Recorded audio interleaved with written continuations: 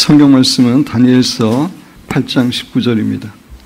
다니엘서 8장에는 다니엘이 본 두 번째 환상이 기록되어 있습니다. 지난주에는 그 내용 한 절 한 절에 대해서 여러분에게 자세히 설명을 드렸습니다. 오늘은 다니엘서 8장을 통해서 우리가 깨닫게 되는 한 가지 중요한 교훈을 살펴보려고 합니다. 그것은 성경에 기록된 예언은 100% 성취된다는 것입니다. 다니엘서 8장에는 메대와 바사 제국, 헬라 제국에 대해서도 예언이 기록되어 있는데 이 예언들은 실제 역사 가운데 100% 성취가 되었습니다. 바벨론이 메대와 바사에 의해서 멸망을 당하고 메대와 바사는 헬라 제국에 의해 멸망당한다는 예언, 그리고 헬라 제국의 알렉산더 대왕이 젊었을 때 갑자기 죽게 되고 헬라 제국이 네 장군에 의해서 네 나라로 분할된다고 하는 예언도 그대로 이루어졌습니다. 그런데 다니엘 8장에 기록된 예언들만 그대로 성취된 것이 아니라 그 밖에 성경에 기록된 모든 예언들이 있는 그대로 성취되어 왔습니다. 특별히 예수님의 초림에 관한 예언이 그대로 이루어졌습니다. 예수님의 초림에 관한 매우 구체적인 예언이 40여 가지가 되는데 그것들이 하나도 빠짐이 없이 성취가 되었습니다. 오늘은 그 가운데 몇 가지를 살펴보기를 원합니다. 첫 번째, 예수님께서 여자의 후손으로 오실 것에 대한 예언이 온전히 성취가 되었습니다. 이 세상에 있는 모든 사람들은 다 남자의 후손입니다. 그러나 예수님은 여자의 후손으로 오실 것임을 성경은 예언해 주었습니다. 창세기 3장 15절에 내가 하나님이죠. 너로 뱀에게 이야기하지만 뱀 안에 들어있는 사탄에게 이야기하는 겁니다. 여자와 원수가 되게 하고 내 후손도 여자의 후손과 여자의 후손, 여기서 말하는 여자의 후손은 예수님을 가리키는 것입니다. 원수가 되게 하리니, 사탄과 예수님은 원수가 되게 하리니 여자의 후손은 내 머리를 상하게 할 것이요, 십자가를 통해서 사탄을 이기게 되는 사건을 상징적으로 예언하는 말입니다. 너는 그의 발꿈치를 상하게 할 것이니라 하시고, 사탄이 예수님의 발꿈치를 상하게 한다고 하는 얘기는 예수님을 십자가에 못 박히게 할 거라고 하는 그러한 내용입니다. 이렇게 여자의 후손이 올 것이 예언되어 있었습니다. 이사야 7장 14절에 보면 그러므로 주께서 친히 징조를 너에게 주실 것이라. 보라, 처녀가 잉타하여 아들을 낳을 것이요. 여기서 처녀라고 하는 단어에는 동정녀라고 하는 의미가 있습니다. 동정녀가 잉타하여 아들을 낳을 것이요. 그의 이름은 임마누엘이라 하리라. 이렇게 예수님께서는 여자의 후손으로 태어날 것을 구약에 예언되어 있었는데 신약 성경에서 그대로 성취가 되었습니다. 누가복음 1장 34절 이하에 보면 마리아가 천사에게 말하되 가브리엘이 마리아에게 나타나서 네가 성령으로 잉태하게 된다라고 하는 그런 충격적인 말을 합니다. 그러자 마리아가 가브리엘에게 말하되 나는 남자를 알지 못하니 어찌 이 일이 있으리까? 나는 남자를 알지 못하는 남자하고 그런 관계를 하지 않은 사람임을 이야기하는 겁니다. 어떻게 이 일이 있으리까? 천사가 대답하여 이르되 성령이 내게 임하시고 지극히 높으신 이의 능력이 너를 덮으시리니 성령이 임하고 하나님의 능력이 덮으시리니 이러므로 나시파 거룩한 이는 하나님의 아들이라 이끌어지리라 라고 약속을 했습니다. 조금 전에 여러분에게 말씀드린 대로 이 세상의 모든 사람들은 남자의 후손입니다. 남자와 여자가 관계를 맺어서 태어난 사람이라는 말입니다. 그러나 예수님만은 성령으로 잉태하셔서 여자의 후손으로 오셨습니다.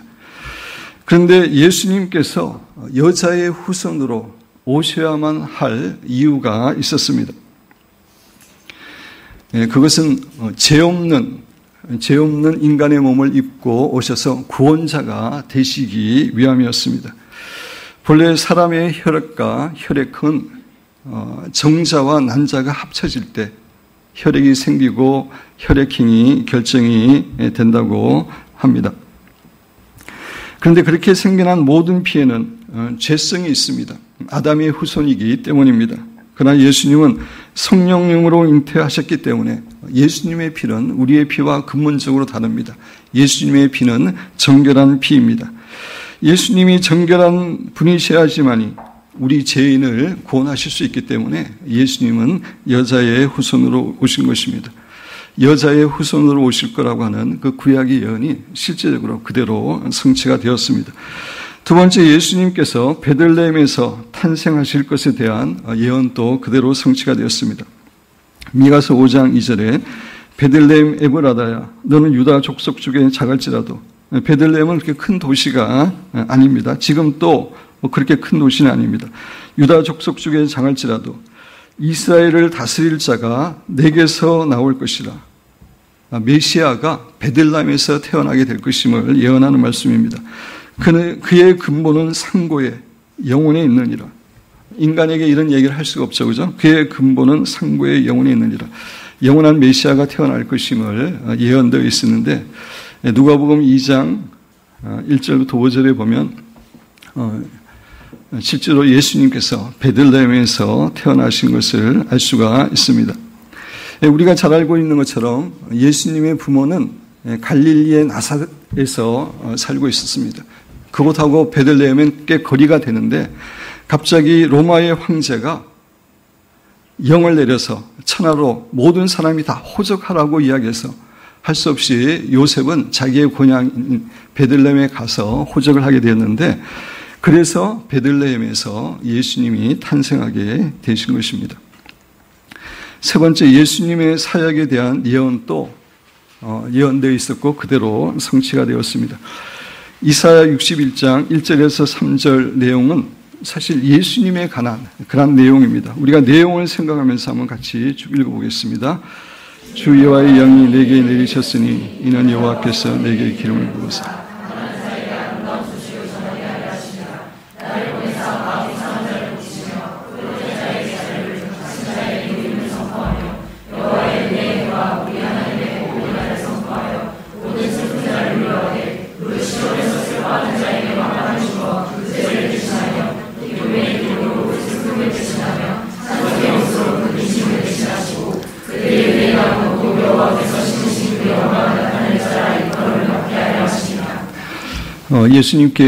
예수님께 성령이 임하게 되고 그 성령님의 역사로 인해서 내적 치유를 하고 축사 사역을 하고 눌리고 병든 자를 자유케 하고 치유하는 그러한 사역을 하게 될 것이라고 하는 그러한 예언입니다.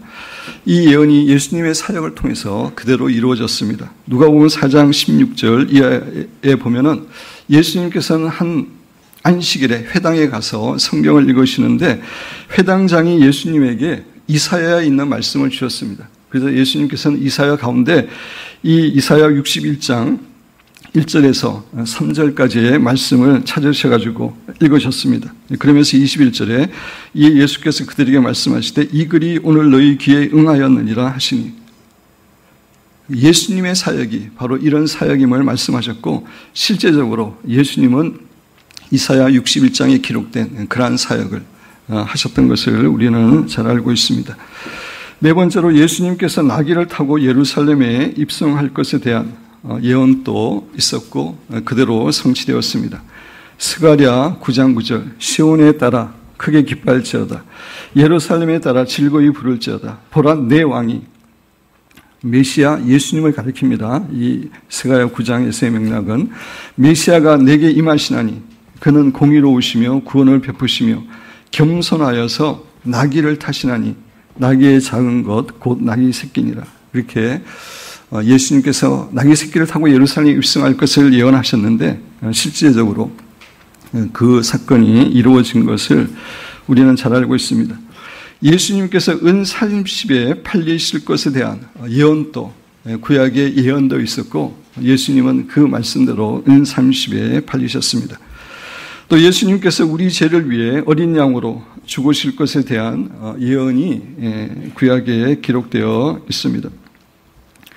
이사야 53장은 우리가 잘 알고 있는 것처럼 예수님께서 오시기 700년 전에 기록된 말씀인데, 예수님께서 이 땅에 오셔가지고 어떻게 구체적으로 고난을 받으시고 우리의 죄를 위해서 죽으실 것인지에 대해서 마치 십자가에 달리신 예수님을 복인한 것처럼 그렇게 정확하게 예언하고 있는 그런 말씀입니다.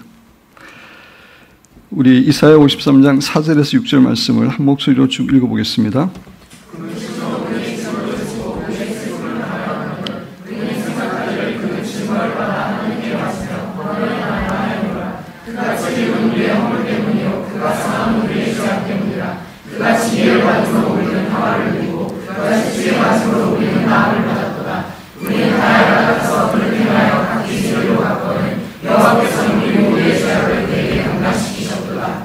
예수님께서 고난을 당하시고 찔리신 것은 본인의 죄 때문이 아니라 우리의 질고를 주고 우리의 슬픔을 감당하기 위한 것임을 이야기하면서, 그가 찔림은, 예수님께서 찔림은 우리의 허물 때문이요 그가 상함은 우리의 죄악 때문이라.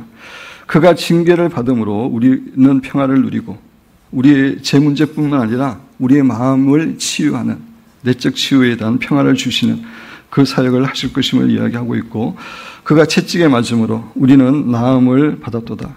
육체적인 나음까지 받게 될 것을 그렇게 예언해 줬습니다. 그래서 우리의 모든 죄를 예수님께 담당시킬 것이라고 그렇게 예언하고 있는데, 실질적으로 신약성경에 그렇게 일어났습니다. 창세기 3장 21절에는 여호와 하나님이 아담과 그의 아내를 위하여 가죽옷을 지어 입히시니라. 처음에는 죄를 짓고 나서 무화과 나무 잎으로 가렸습니다. 그것이 온전히 가리지 못하자 하나님께서는 가죽옷을 지어서 입히셨습니다. 이 가죽옷이 바로 어린 양을 상징하는, 예수님을 상징하는 것입니다. 가죽옷을 입히기 위해서는 한 동물이 죽어야만 됐는데 희생해야만 됐습니다. 바로 예수님을 상징하는 것입니다. 그 예수님이 우리의 죄를 담당하시고 우리의 죄를 덮어주시는 분으로 죽으실 것에 대한 예언인데, 신약 성경이 그대로 이루어졌습니다. 히브리서 9장 12절 우리 같이 한번 읽어보겠습니다.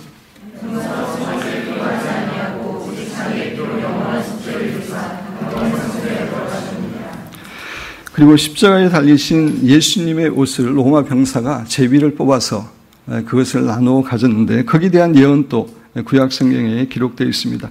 시편 22편 17절 18절 우리 같이 읽겠습니다.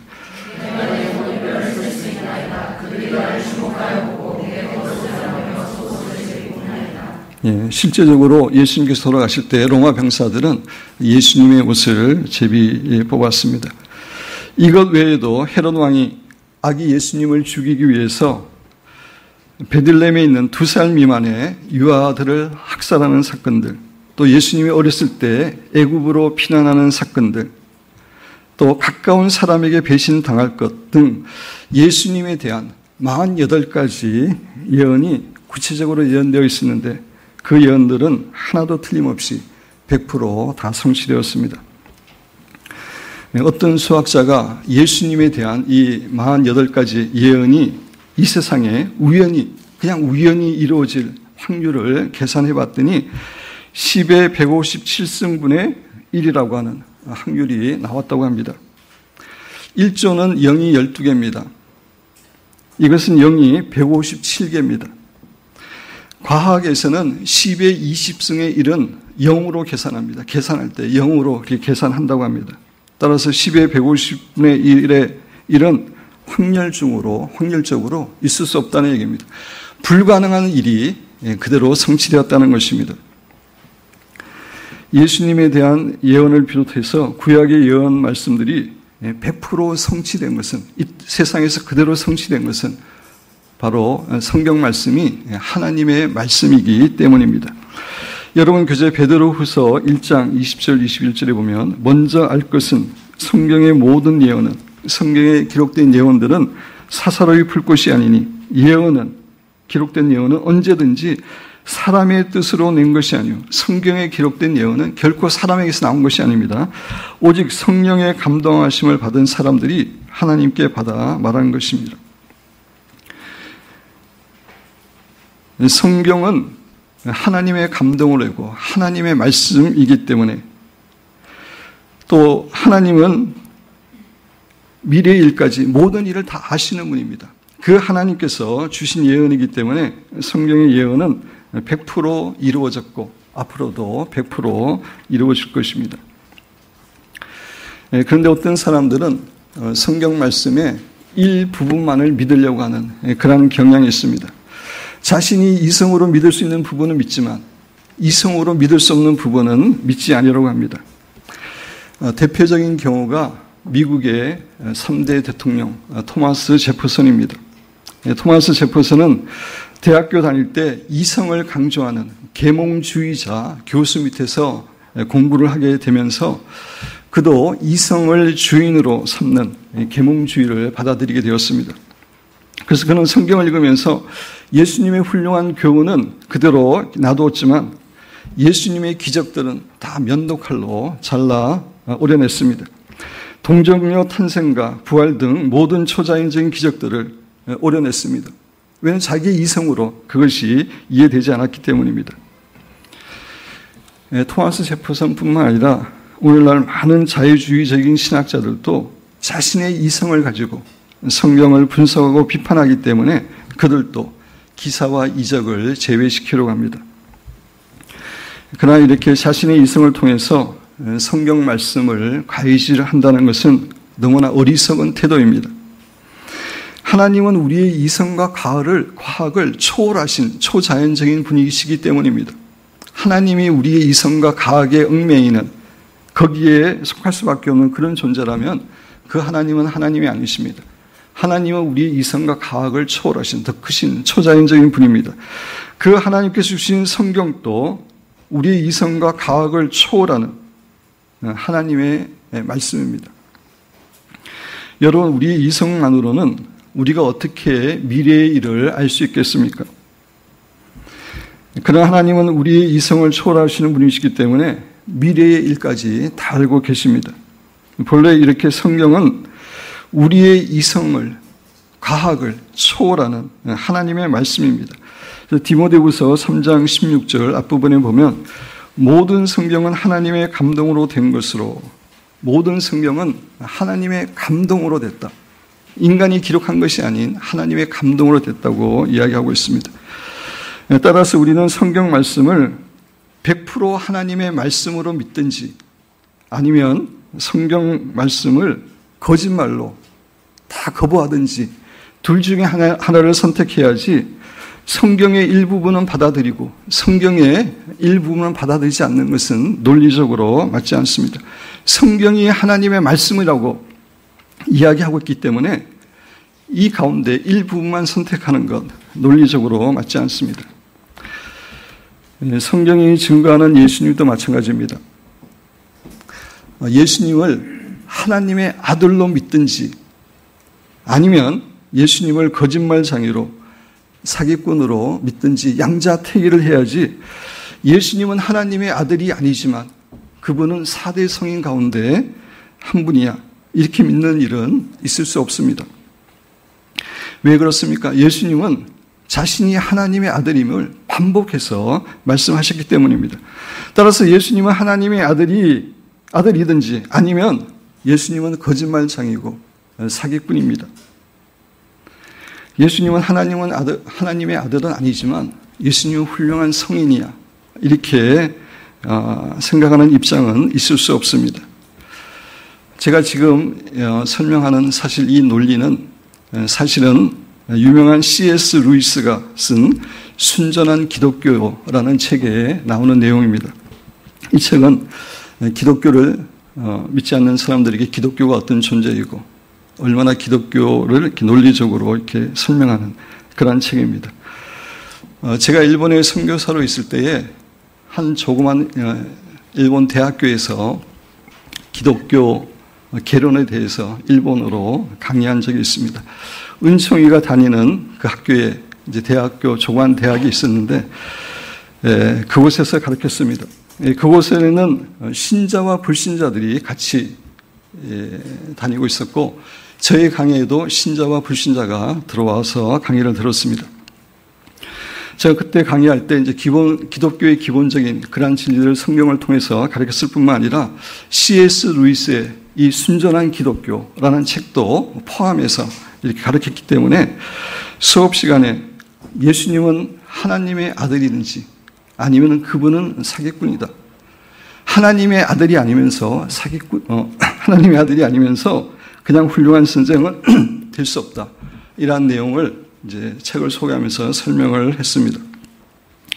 그래서 학기말 시험의 문제 가운데 하나를 제가 이 문제를 냈어요.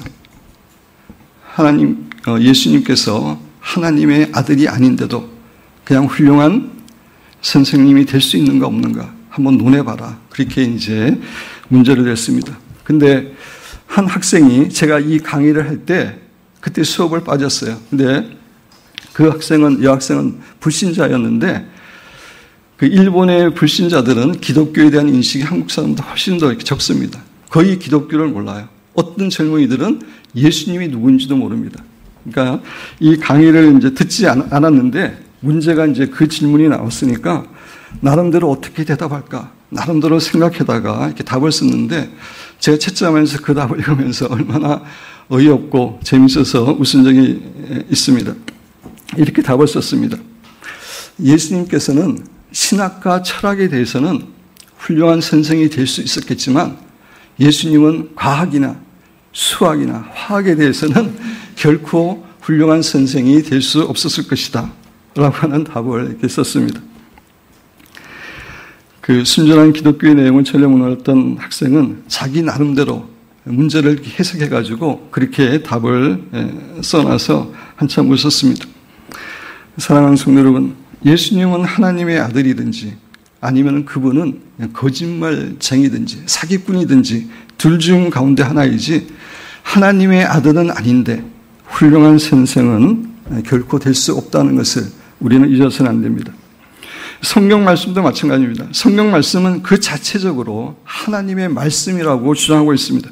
따라서 성경 말씀은 하나님의 말씀이든지 하나님의 말씀이 아니면 거짓을 기록한 책이든지 두 가지 가운데 하나이지 이 책에서 일부분은 옳고 일부분은 옳지 않고 이렇게 받아들이는 것은 논리적으로 맞지 않는 것입니다.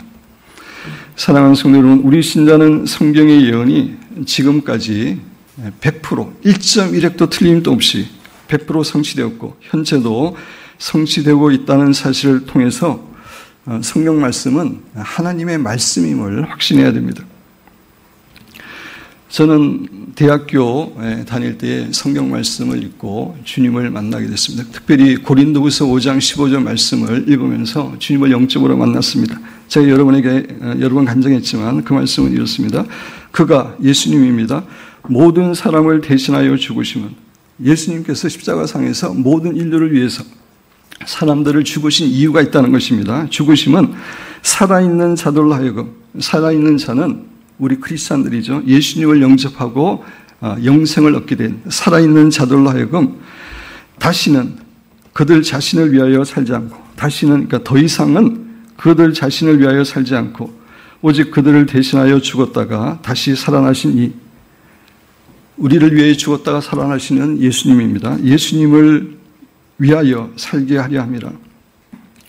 제가 어느 날 아침에 이 말씀을 이렇게 읽는 가운데 이 말씀을 통해서 예수님께서 우리를 구원하여 주신 목적을 깨닫게 되었습니다. 그 전에 제가 교회에서 복음을 많이 들었는데 왜 예수님께서 나 같은 죄인을 위해서 돌아가셨는지 아무리 이해가 되지 않는 것이었습니다. 그런데 이 말씀을 통해서 예수님이 나의 죄를 위해서 돌아가신 것은 이제 더 이상 내 자신을 위해 살지 않고 주님을 위해 살라고 하는 그런 말씀을 깨닫게 되면서 인생의 목적을 갖게 되었고 구원의 확신도 동시에 갖게 되었습니다.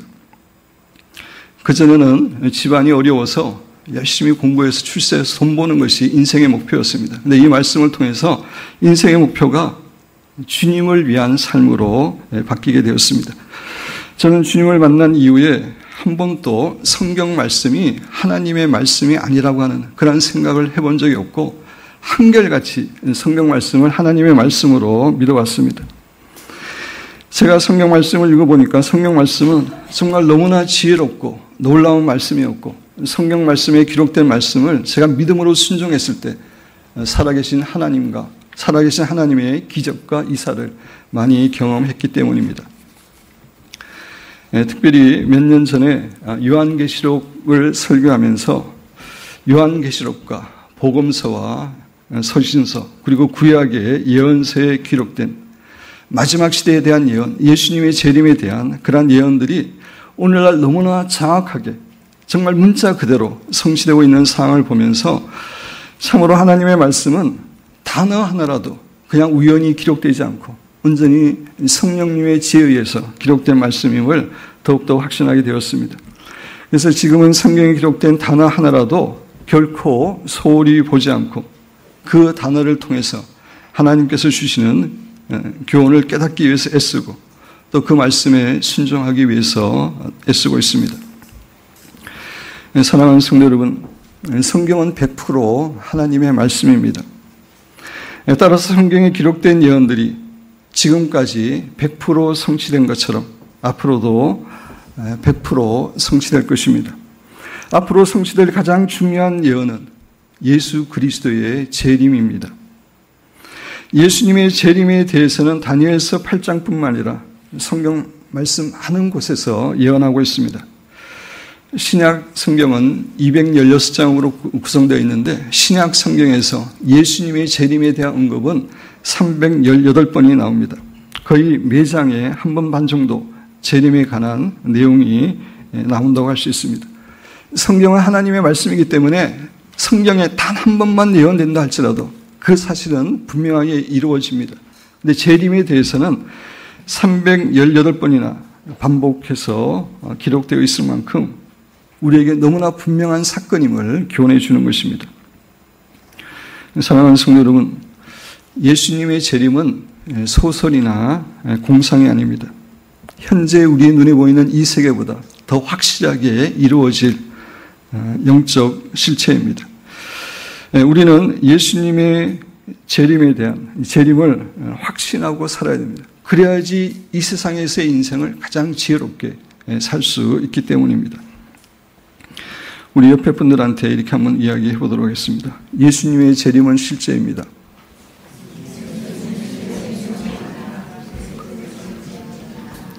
예수님의 재림은 이제 곧 일어날 실제의 사건입니다. 옆에 분들하고 한번 해보세요.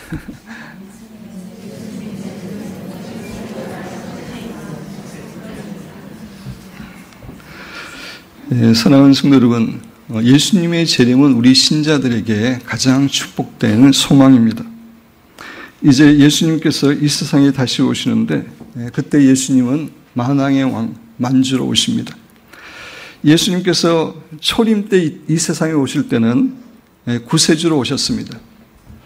그래서 말구유 가운데 초라하게 태어나시고 십자가에 죽으셨습니다. 어린 양의 역할을 감당하기 위해서입니다. 그러나 재림하신 예수님은 사자로 오십니다. 이 세상을 심판하시는 왕의 왕으로 오십니다. 그래서 예수님이 이 세상에 오시면은 먼저 모든 악인들을 심판하시고 제거하십니다. 그리고 우리 신자들을 구원하여 주시고 하늘나라의 풍성한 상급으로 부어주십니다. 말씀을 마무리하려고 합니다. 성경에 기록된 예언은 100% 성취가 됩니다. 이제 머지않아 예수님께서 이 세상에 재림하셔서 모든 악한 자들을 심판하시고 우리의 눈에서 눈물을 닦아주시고 우리에게 진정한 안식과 평강과 기쁨이 있는 그런 나라에서 살게 하실 것입니다. 우리는 무엇보다도 우리를 너무나 사랑하시는 하나님과 예수님을 우리의 눈으로 직접 목격하는 가운데 그분들에게 우리의 마음을 다하여 우리의 목소리를 다하여 전심으로 찬양과 감사와 경배를 올려드리게 될 것입니다. 사랑하는 여러분과 저는 그때를 소망하면서 이 땅에서 잠시 당하는 핍박과 고난을 믿음으로 잘 극복하고 이제 곧 다시 오시는 예수님께로부터 큰 칭찬을 누리시는 아름다운 성도들이 되시기를 주님의 이름으로 축원드립니다.